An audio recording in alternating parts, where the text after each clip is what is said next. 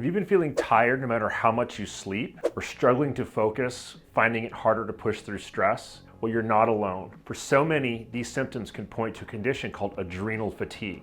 And today, we're going to talk about what it is, what it looks like, and most importantly, how you can start your recovery. When your adrenal glands are constantly bombarded with stress signals, it creates an imbalance that affects your entire body, from energy levels to your ability to think clearly. Some common signs of adrenal fatigue include feeling tired or drained even after a full night's sleep, difficulty concentrating or brain fog, sleep disturbances like waking up at night and not being able to fall back asleep, craving salty or sugary foods, and even unexplained aches or difficulty managing stress. If this sounds familiar, it's not your fault. Chronic stress can take a serious toll on your body, but there's good news. Recovery is possible. Now here's where things get tricky. When cortisol levels stay high, your DHEA levels drop. This creates an imbalance that affects energy production, immunity, and even hormone regulation in the body. Testing your cortisol and DHEA levels through the functional adrenal stress profile, which is a simple salivary test, can give you a complete picture of how stress is affecting your body.